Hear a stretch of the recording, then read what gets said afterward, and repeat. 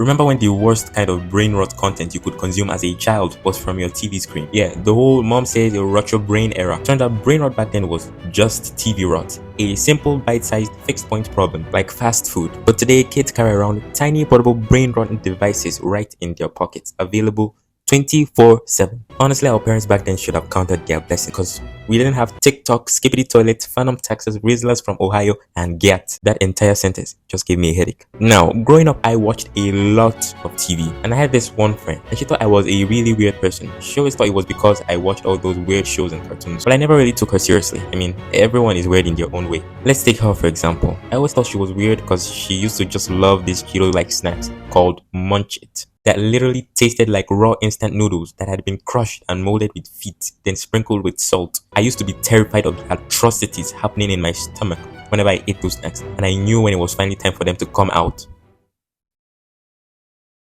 Anyways, today I want to talk about shows that really shaped my childhood. Shows that made me the respectable, high-class, sophisticated, upstanding citizen that I am today. Which brings us to today's topic, the weirdest Cartoon Network shows.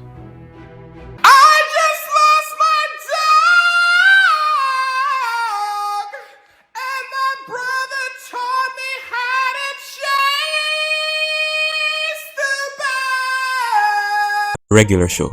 Nothing in this show apparently is regular. We're talking about a blue jay and a raccoon. I don't know, Rigby's genetics always confuse me. They walk at the park and yet somehow they always end up dealing with the weirdest. Every episode basically starts with, "Hey Mordecai, let's do something normal." and always end up with whatever this is. And then they have this weird boss called Benson, and apparently he's a gumball machine who gets angry, turns red, and explodes when he's mad. But no one actually ever addresses it. Oh, that's just Benson, a talking gumball machine with anger issues. And this man isn't a robot. Trust me, I've done my research. Benson eats wings, which means he has a digestive system and can get drunk from it, which also means he has emotions like any other living being. And so does his girlfriend, which is apparently a rock. See, this show is all kinds of crazy. Even the animals in these shows don't even look right. Like, what exactly is Muscle Man supposed to be? And then there's other questionable aspects of this show, like the ships in regular show is crazy. How does a gumball machine and a rock have kids? And Mordecai and CJ just won't work. I guess you could say he should get his head out of the clouds.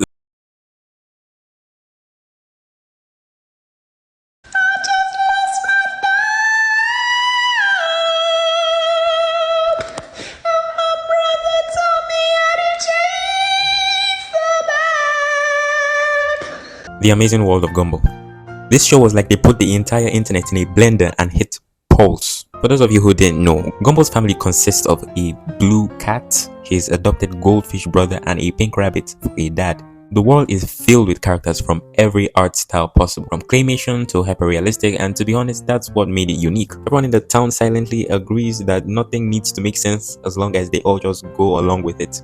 I mean, the main character is a blue cat, his brother is a goldfish, his dad is a pink rabbit, and they live in a town where their teacher is literally a monkey. Every inanimate object can talk if you offend them just enough, and somehow that's the least strange thing going on. How does a cat give birth to a full breed rabbit and everyone just rolls with it? I just lost my dog, and my brother showed me how to chase the bag.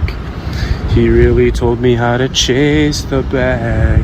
Clarence, which on the surface seems like the most normal show. Like, it's just about this kid called Clarence doing kid stuff with his friends, but Clarence was the kind of kid who would probably give himself a paper cut and then lick it to see what it tasted like. This show had scenes of kids doing the grossest things, licking stuff, eating questionable leftovers, and just rolling around in filth. Clarence would eat gum he found under the table just to see if it was still chewy enough, and his friends Suma and Jeff were no better. Suma was basically a feral child, and Jeff had a head shaped like the perfect cube. Clarence was somehow set in a normal suburbia, yet nothing made sense. Clarence himself seemed to exist in his own reality where the weirdest things were perfectly fine.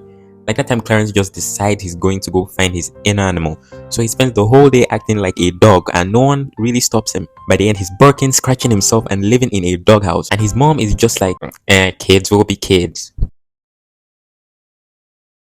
Guys, before I reveal the weirdest and freakiest of them all, please, I would really appreciate it if you subscribe, because I kind of noticed that some of you guys just stop by and watch my videos and just leave. It's just sad knowing beautiful people like you just watch my videos and leave. just hurts, man. So please subscribe and ring that bell. So thanks. Alright, I think that's enough shameless self-promotion for now. Ha ha ha ha ha. Please subscribe. I just lost my job, and my brother taught me how to chase the bag. Last and definitely not the least weirdest, Secret Mountain Fort. Now let's set the record straight. Growing up, I never liked this show, and I bet half of you probably don't even remember this existed. But trust me, it was a thing. And this thing was literally about a bunch of monsters who live under a mountain, and they're gross, like gross. Picture your weirdest, smelliest, intrusive thoughts, but make it animated. And these guys will just go around doing questionable stuff. This whole show was basically about a bunch of dudes who look like a moldy pizza married a foot fungus. Even the character design raised eyebrows. This show was like watching all the trash in a garbage truck come to life and dance. The humor is also really crass at times, but when there's a character named The Fart, literally made up of butts, who lets off stink bombs every time he's touched, it honestly should be expected. While this show might appeal to the young kids, after a few fart jokes, things wear off thin and you're better off switching off the TV. And I remember just feeling weird and off anytime I finished this show, but the show did end up getting cancelled. Thanks so much guys, you made it to the end of this video and I'm really happy that you did. Don't be a stranger in the comment section. I would love to hear your thoughts. I love you all and keep it locked in.